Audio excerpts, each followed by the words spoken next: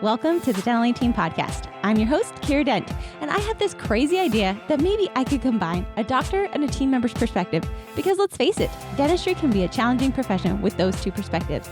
I've been a dental assistant, treatment coordinator, scheduler, biller, office manager, regional manager, practice owner, and I have a team of traveling consultants where we have traveled to over 165 different offices coaching teams.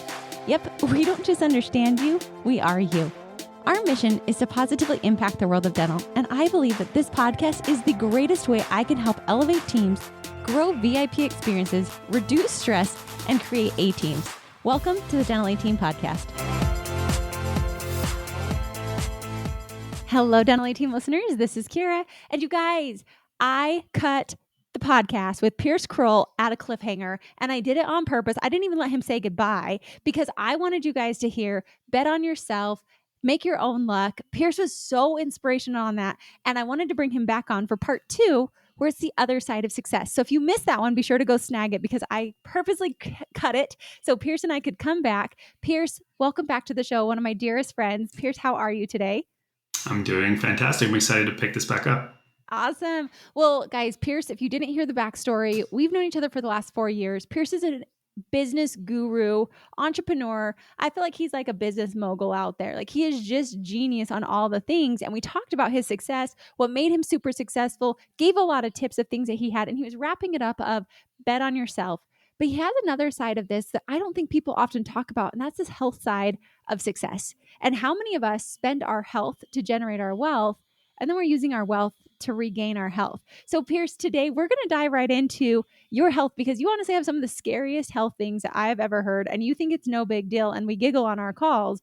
But there's like a whole other side to this success with health. So I'm going to leave it there. I want you to pick up and head this in the direction you want to. It's your story, your share, and I'm just super grateful you're here today.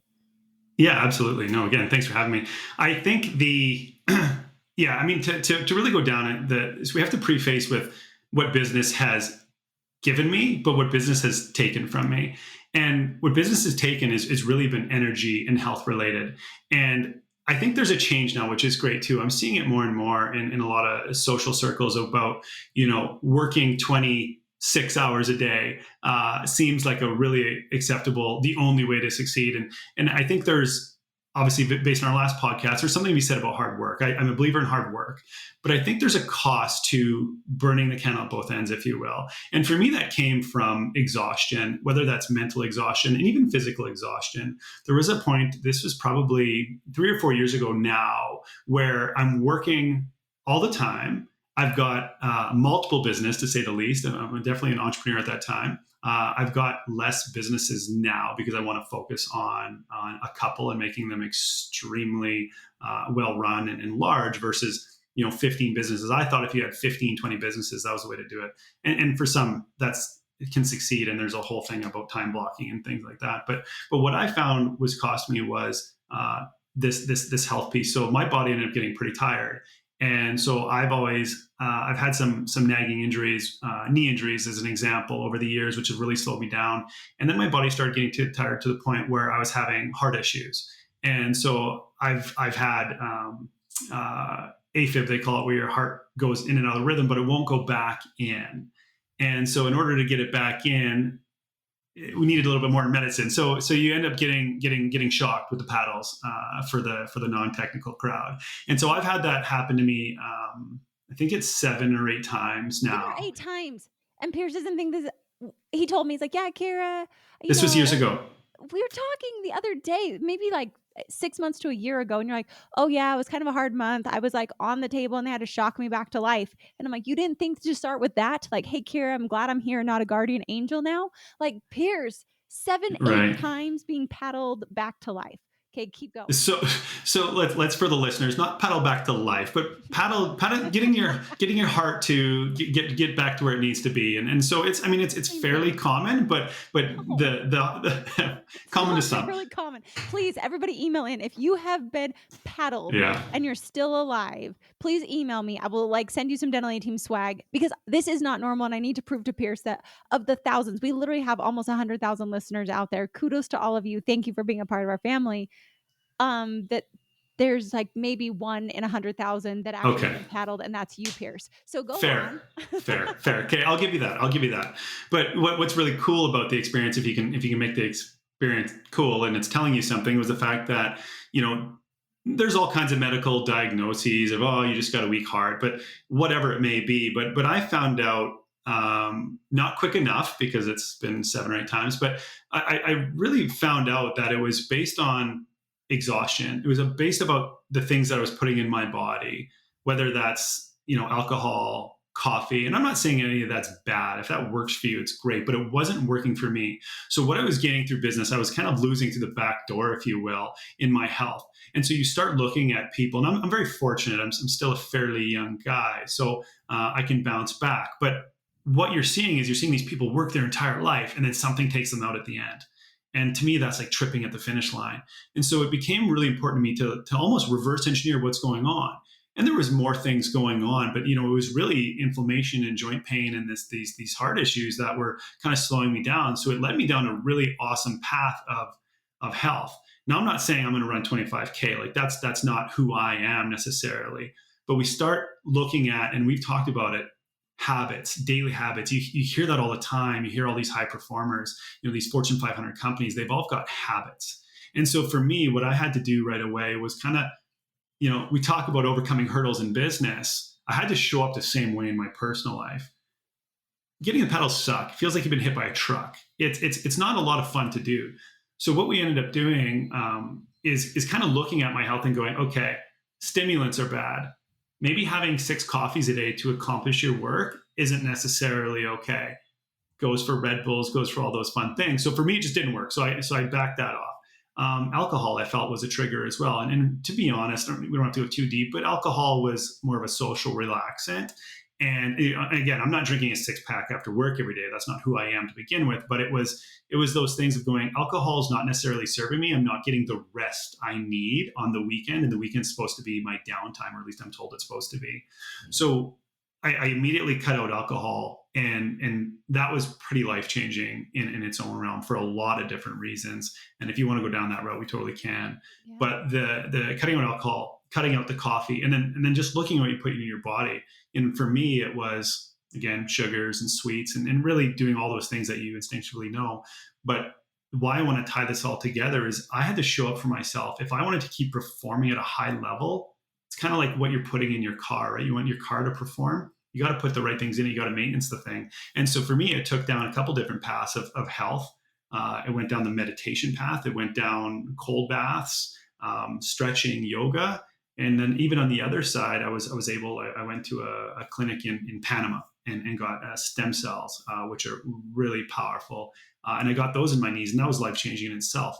And so, you tell me you want to take this, Kiera, but those things were that was the big pivoting moment, was going, I can't be all these things without actually putting in an effort for my health. So that's kind of how this story shapes up. And you tell me where you want it to go. No, I love that, Pierce. And I think you're leading right where I want to go, because I have some very I'm fascinated by this story. And now I get to actually pick your brain, because normally when Pierce and I get on our monthly call, he loves to hear my life because it's a little bit more of like a soap opera, and doesn't love to share as much on his side, which is true. I'm a little more animated, if you can't tell. I think paddles are bringing him back from death, and he thinks it's just getting his heart back in rhythm. So you guys can see our difference of dynamics here.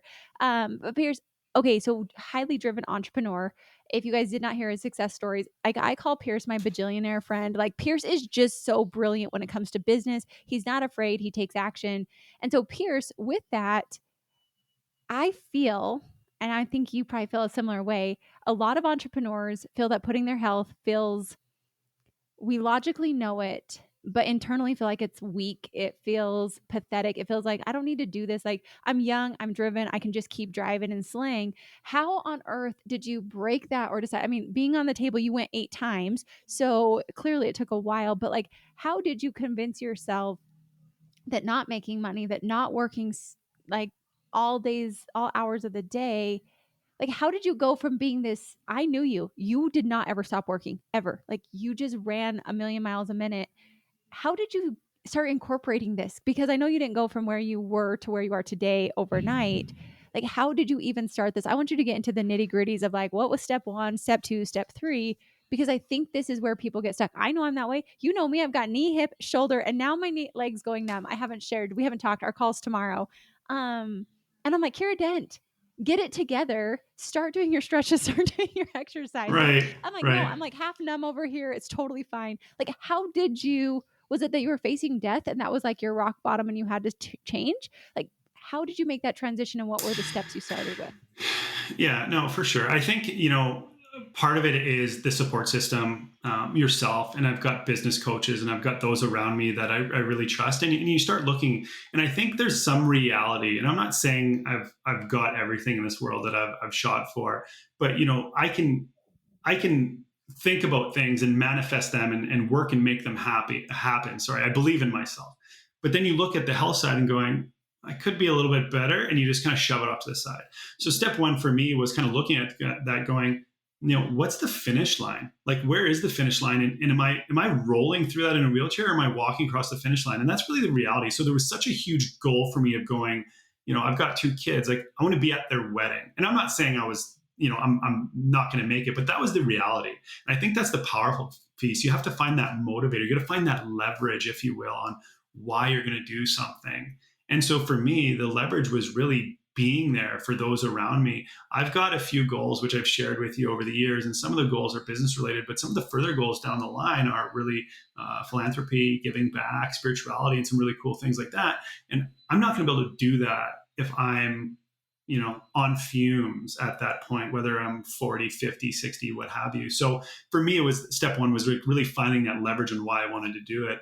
And then 2 was finding something that made sense to me, was relaxing and kind of being that health. So whether you want to eat, nothing but salads or nothing but meat or whatever you find healthy, it was like really that leverage piece for me. So that was kind of step one. So dive into that more. Like, how did you find these pieces? What, like, did you listen to podcasts? Did you read books? Did you talk, like, did you just start cutting out sugar? Was it the like coffee and alcohol first? Like, how did you prioritize which one? Because I think so often we just don't have a plan, so we fail to execute. So where did you really go? What things did you read, do? Where did you start? Sure. Yeah. I mean, for me, I did the thing the viewers probably instinctually do too. I just looked at the things that had a negative connotation around it. And a lot of that was, big time sugar. And don't get me wrong, I'm still going to have sugar here and there, but it was, I'm the hummingbird on sugar over here. So you're fine. You're talking to the right crowd here. Right. Okay. Perfect. Yeah. So the alcohol was a really easy one for me, and it actually did more for me mentally than it did physically, which is really cool. But, I just stopped drinking one day and going, this isn't serving me. I don't get my business from socializing in the bar or what have you. So for me, it just said, well, I'm just going to stop. It's just not serving me. And it was amazing. And so to the audience, I mean, I did 18 months straight of not drinking, and then I kind of came back, and I'll have one here or there. But what was really powerful about that was, and what it did for me physically was my body responded. I was getting, on the weekends, sleeping better. You add a couple of vitamins there, like the magnesium, which I really like. And I just started getting better sleeps. And so that started, healing your body in some ways and just getting it recharged, getting it rested so that you could really push it the next day. But the other thing that it did for me mentally was just taking control of this social aspect of my life that, again, I'll say it wasn't serving me. And the biggest thing that I found out when you stop drinking was it bothers those around you more than it bothered me. And so the first few events I went to, it felt awkward. I'd buy a glass of wine and I'd just carry this thing around all night and try to shake it and spill some of it out so it looks like I was drinking it. But what I found, which was easier, was just owning it. So the next couple of events, I just wouldn't have a drink. And they're going, well, why aren't you drinking? I go, I don't want to. They go, well, but I want you to. And so that was really the reality. And so for me, it became really powerful. And so once you can do things like that, because I just said, no, I don't want to, it would have been easier for me to say, hey, I'm a raging alcoholic. This isn't working. And to the audience, I wasn't. But it would be easier to say that. But what was really empowering was, no, I don't want to, because I've got this larger goal. It's not serving me. Drink your face off. I'll still be here every step of the way. So that was kind of step one. And how I got into that was really a lot of the social circle and the people that I follow online, even, they make these comments and you instinctually go, yeah, that makes sense. So I had to find the piece that worked for me. And the drinking was one. And so I kind of tied it together because I'm a big fan of cold plunges. And so it doesn't make sense. I know it's not for everyone. It's not for everyone, but I'm a huge fan of it. So how do you go from like trying to do something like that, but then I don't know, slamming cheeseburgers and beers after that. Like it all goes hand in hand. So for me, there was like a really small shift, and then it started to snowball and it made sense. And once you get that momentum on doing things, and then you can talk about habits and all these cool things. So for me, it was really just doing the little things, bite-sized chunks. And then the next thing you know, you look back 6 months later and you go, hey, I made some pretty cool changes and it's working. So then there's that positive feedback and you just go and you expand. Okay, so walk me through your like daily routine because you guys, Pierce has many businesses. He's very busy. I purposely brought in someone not in dentistry because I think Pierce. So often we hang with our same crowd, which is great. But I also think looking outside of our industry of really successful people and how do they do it. And you even have a really cool thing. I'll put a like teaser out there. You have like a stretching zone, like to do yoga in your office that you incorporated since trying to be on this more health conscientious, plus also growing your business. So what is like your routine? Like, do you do it in the morning? Do you do it in the afternoon? Like, walk me through. I know you take magnesium at night. I know you do a cold plunge, but like, what does your day in, day out life look like? Because I think people just don't even know how to grasp this oftentimes to start. Sure, absolutely. And so I'm going to preface this with I do my best. I show up my best every day. And sometimes my best isn't every day. You get a lot of these hardcores on here going, you got to be up at 4 a.m. and you're in the gym. That's not me. That's not me, man. If I'm getting up at 6 o'clock because I want to get 20 minutes of a meditation in or an hour, I'll get up a little bit earlier if I'm feeling it. So I'm doing what my body feels. I'm not going to take a week off. I don't think that's going to do anything for you. But for me, it's a lot of things. And so what I want your audience to know, for me, I'm really into the meditation piece because I can quiet my mind and I do that in the morning. It's usually in the morning, or sometimes it's the last thing I do before bed if it was a really busy day. And Do you it's have a really favorite that. meditation one to interrupt on that? Like, do you use an app? Do like who do you like for Yeah. meditation? So to be honest, I'm a big fan of Joe Dispenza. And if you're not familiar with Joe Dispenza, he's got this quantum field piece. And so I like his meditations. And he's got a really cool space time meditation where he leads you through this meditation. Because I think what a lot of people miss about meditation, they're going, I got to get in this state. And sometimes when you don't think you're meditating, you're actually meditating. I've had a lot of cool experiences in meditation. Some you kind of go through and you go, well, I was hoping for some magical experience. Not every single one's magical, but some are incredibly powerful, where you can get to the point of healing yourself. And a lot of what I've found in my life is stress induced. Mm-hmm. I'm a firm believer that a lot of this illness comes from a lot of stress and inflammation in your body's reaction, your nervous system. And I could go on for hours. And I know you don't have that kind of time. But what I think is really cool about Joe's meditations is it just kind of guides you through and makes you present. And so for me, it's really powerful. I recommend everyone to try it. Okay. Find a meditation that works for you. Mm-hmm. And so the meditation for me, what it does at the end of it all is I can get out of my mind. I can get this quiet peace. And so I'm bouncing all over the place a lot like most people who are beginning, but I find it relaxing to the point where it becomes part of my daily habit or my every other day, as I just said, daily habit.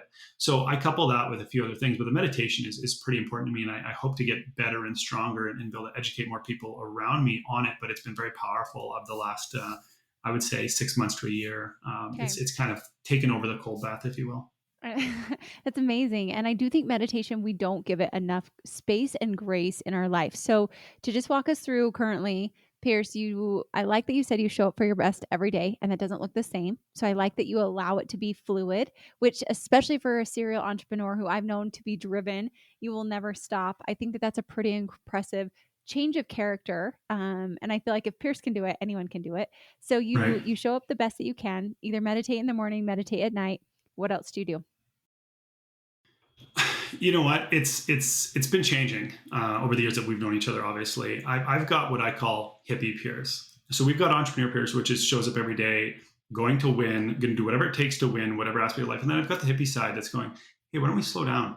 Why don't we do a stretch? And yeah, this company that we have now in Shirley in Canada for the users listening, we're an insurance brokerage at scale. And what I've found over the companies is your company is only as good as the employees inside of it. And so I wanted to create this iconic brand with an amazing culture. And part of the amazing culture here is kind of showing up for yourself and showing up for your employees. So you're right, Kiera. We've created a space for yoga inside our office. We've got a masseuse, that shows up once a month for a couple of days and gives massages to the staff if they need it. We've got tarot cards here. We've got the salt lamps. We've got the bouncy balls, stand-up desks, treadmills. And again, I'm not saying is go out and do that. That's not necessarily affordable for every user or even the application that you're in. But what I've found is giving myself and our employees the ability to do some of these things makes the experience so much better for both them on their daily basis and for our customers. I mean, imagine what a group of happy, people that are inspired. We've got goal boards on the wall. Sorry, and so you just show up in this way, and I think that's been a really big key to our success. And so that doesn't start with. I mean, you talked about proverbially. You don't go to the fitness instructor that's 300 pounds overweight. Not to try to be offside, but for me, trying to lead, I can't lead an organization by faking health. And I hit it because it felt kind of counterintuitive, but it's actually been very beneficial to our company in the fact that be your best self. Your listeners probably kind of intrigued to know, like I've showed up at our office space before and I've walked in and the lights are off and I'm going, what is going on here? Like we need to be working. And I kind of go into this room and all of our employees are laying on the floor and they're doing a meditation. And I tiptoed back and some of the employees said, hey, sorry, we weren't working. I said, no, absolutely. And absolutely not. Some firms have coffee breaks and smoke breaks. If we're taking a meditation break, kudos to you. And so we started tracking these type of people. Like in our organization, we've got 4 or 5 yoga instructors that are now in our business, not teaching yoga, but they're in the insurance space, but they've got a yoga background. And so all of a sudden you see this thing, it's building and it's just awesome. And so you have this amazing culture built on health, which is really cool compared to 10 years ago where our culture was built on how hard are you going to work today. And it's such a better way of doing business because I really want to see everyone succeed, both personally, professionally, and those we have around us, and give people the ability to be healthy and do the things they want to do. It's incredibly powerful, and I wouldn't change it for the world. That's really interesting, Pierce. I appreciate you walking into it. And just for a friend who's watched you over these years, which I mean, I'm sure you can say similar things about watching me. Something that's been really amazing that I've watched you do that I've really enjoyed is I remember back old Pierce, like the other version of you that wasn't into health, that wasn't into meditation, wasn't into healing and growing and creating this culture. I remember you called me one time and you and an employee had an encounter and you basically told them like, well, if you don't agree, like it's fine, you can leave now. And you're like, Kiera, I probably shouldn't have said that. Like maybe you can help me word into this a little bit stronger. That's our differences. I can win people over all day long. Pierce can grow any business. We are a really good duo.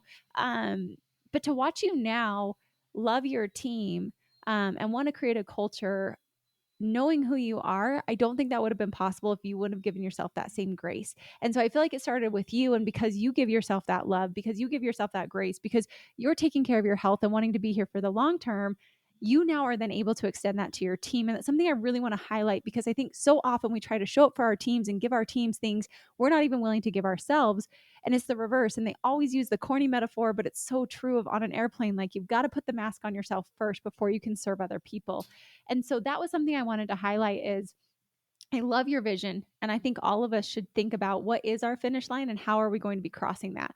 For me, I want to be like sliding into home base, like full energy, full steam, like ring me out. I hope I go out in like flames of glory of just like I lived my life to the fullest.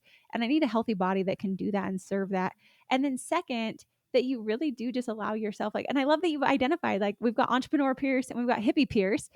And I'm curious, Pierce, and I actually don't know the answer for this. So, and it could be, they might not be the exact same. It could be a coincidence because you have grown a lot of businesses.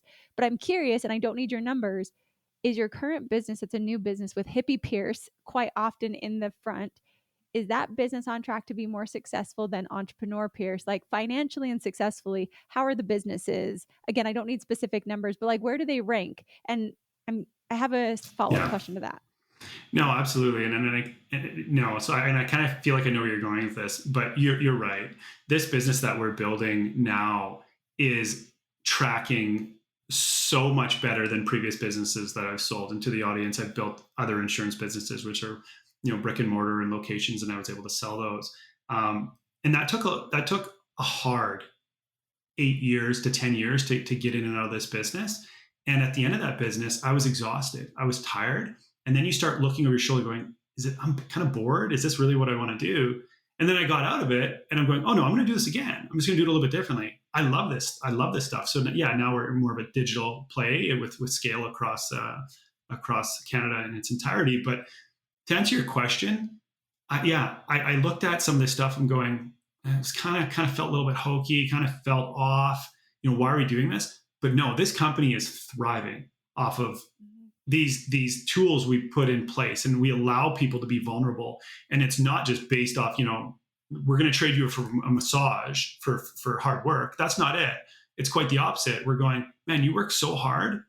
I want to give you these things that say thank you and encourage you and be your best self. And so our business is tracking probably like to be where we were. The company previously that we sold after 8 years, we got there basically in 3. And so where we'll be in the next 5 will be tenfold because we have so much more energy.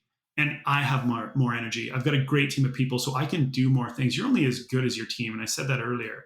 Yeah. So if you've got an amazing team that's willing to do whatever it takes, and they share the same vision because you're treating them right and you're being a great employer, like I always reverse engineer it. I mean, look at you've got an amazing business, and people love you and trust you, and your audience trusts you. I trust you, and so you look at the business and go, is this a place where I'd want to work? And I mean, I've been to a dental office before. Some are pretty awesome, and some, there's room for improvement. So if you look at that front desk and go, is that how I'd want to be greeted? Is that where I'd want to work? So that goes a lot. That's what I do on a daily basis, and that's where a lot of the good ideas come from. Is kind of reverse engineering your own business and going, how would I want to be treated? Well, I would want to be treated with respect. I'd want people to, we've got, I could go for days, Kiera. Like we've just got such a range of personality. And by letting people be themselves, wear what they want to wear, people are willing to work so much harder, and you gain so much more versus, the whole whip mentality of, what's the perk of your job security if you do a good one? No, it's, I want to be part of something. I want to build something and people value me. So like I said, I'll rant forever. So no, you better cut me off. It's a good one. So it's on track. And then you personally do feel like you have better relationships? Because I know like you and I both talked our marriages, like my marriage, I'm like, I don't even know what's happening. I never see them. You and I have definitely had the conversations around that. Do you feel like you're more present for your relationships now? Because I'm guessing you're probably not working as many hours, but you're still as successful. So if not even more, how's your personal life since becoming Hippie Pierce? But listening to Hippie Pierce is probably it's a great call out in the fact that, I mean, it's so tough, right? Like you can sit here and listen to my story all you want. You go, I'll go figure my own out. And I did the same thing. It's really easy to be on this other side and you've had some success. And then on the other side going, well, I'm going to try to do it a different way. So, to answer a question that I've been asked before, it's like, if you could tell previous Pierce, 10 years ago what to do, it really would be that. It would be like, take things less seriously, bet on yourself, be healthy. It'll come. Like work hard, don't give up on yourself, and do all the right things. And sometimes the right things are going against the norm. I'm not saying recreate the wheel, but treating people well, being a kind person, having a fun business to be at, having a great goal. Like those are some of the advice that I'd give previous peers, other than, hey, see if you can work 23 out of the 24 days, because you can live off coffee and McDonald's. And, like it's a total different reality that I'm in now. So I would say I am a much better father. I'm a much better husband. And I'm a much better person. I'm not a stress case all the time of going, I got to get this done today so we don't fail tomorrow. We won't fail. And so the kind of the last thing to tie that all together is what I really realized, and we've talked about this before, which is really cool, is you'll always overestimate what you can do in, say, a year, but you'll underestimate what you do over 10. And so looking back 10 years ago from what I was doing then, and again, the time when we've known you, and what will actually spin this to you, what you were doing 3-4 years ago to what you're doing today, right? Mm-hmm. I would say it's a little bit different, would it not? Absolutely. Tenfold. I didn't even live at home, Pierce. I was on the road and an airplane all the time. It was ridiculous. Right. So you look back and you go, man, what you were doing 4 years ago to what you are today, like it's so powerful. And so take a moment, and no matter where you are in your life, where you are in your business, look back 5-10 years, because I guarantee you're going to go, wow, I was doing this or I was doing that on the weekends. So then you look at that and go, if I did that in the last 5, imagine what I could do in the next 5. And I think that's really powerful for the forecasting piece, because you're only going to get bigger, better, stronger. You're going to have different skills. It's like going to the gym. You go to the gym and you got a dumbbell and you're lifting 10 pounds. Eventually you're going to go to 20, you're going to go to 30. And then you're going to look back and go, remember when 10 pounds was hard? And that's what I'm finding with business. There's problems I had 5 years ago where I thought the world was ending. I would give anything for those problems some days, right? You know the conversations we've had. Like, who wouldn't want those? Who wouldn't want those problems? Because those are now easy. So the problems don't ever go away. You get smarter, you get more involved, you get a little bit craftier, but the problems still come. It's how you overcome those hurdles. And I think that's kind of a really cool piece to look at. And that's something that experience will give you. But everyone in their life was doing something different 5-10 years ago. And so use that as that motivator, that leverage. Like, yeah, the sky's the limit, man. I'll if anyone's on the ledge, just reach out. I'll push you off the ledge all day long. Bet on yourself. Like, go for it. He will all day, every day, which is why I think we all need a Pierce in our life. So I will put a little like fun piece out there. Pierce is in Canada, I think. And when we were at Tony Robbins Business Mastery in 2019, Pierce actually created this idea of the business he's currently now running. I remember you, Pierce, writing this down, and you wrote the idea. I think if I remember right, you wanted to be like the Amazon of insurance, where people could Bingo. select it, choose it, and have it all across the world. And so if you guys are in Canada, look up in Shirley, Pierce Krol's there. I think you guys are like, who enjoys insurance companies? I don't even know why you're in it, but you guys do it so differently. It's very cool. So guys, you can check him out. But Pierce, I appreciate you in my personal life. I appreciate you as a business mentor, as a friend. And I hope you guys all took that. I think so many of us hear this and we're like, yeah, it worked for him, but not for me. But if so many people say the exact same thing, slow down, you'll get there. And I love what you said of 1 year might seem like you're not making a lot of progress, but what will you do in 10 or in 5 years? It's crazy, the small compound interest in our life, in our finances, in our relationships. We often minimize the day in, day out consistency, trying to go for leaps and bounds of growth as opposed to just staying consistent. So Pierce, I loved having you on the podcast. I'll let you say thank you, wrap up anything. If you guys want to reach out to Pierce, how can they get in touch with you? If you guys need Pierce to push you off the ledge, you guys just email him and say, hey, I want to hear your story. He will respond to you. So Pierce, how can they get in touch with you if they want to learn more about you or just need a mentor like I did? Yeah, I think the best way, look us up on kind of our website, insurely.ca in Canada, and you'll find my contact info there and the team's contact info. But no, thanks so much for having me. It was a pleasure. I love having these conversations with you, and I'm so glad we got to do this on this format because I as much as you think highly of me, I want to reciprocate. I think quite highly of you and all the things that you've done in your audience have gained by being a part of your journey is phenomenal. So again, the pleasure is all mine. Thanks for having me. This is so much fun. It was amazing. And Pierce, I truly appreciate that. So for all of you listening, I hope you take 1 or 2 pieces from this. I feel like this is really teaching you how to hack your health, how to hack your life, and how to really make your life be the life you want, create the culture you want to have. So Pierce, as always, thank you. Thank all of you for listening, and I'll catch you next time on the Dental 18 Podcast. And that wraps it up for another episode of the Dental 18 Podcast. Thank you so much for listening, and we'll talk to you next time.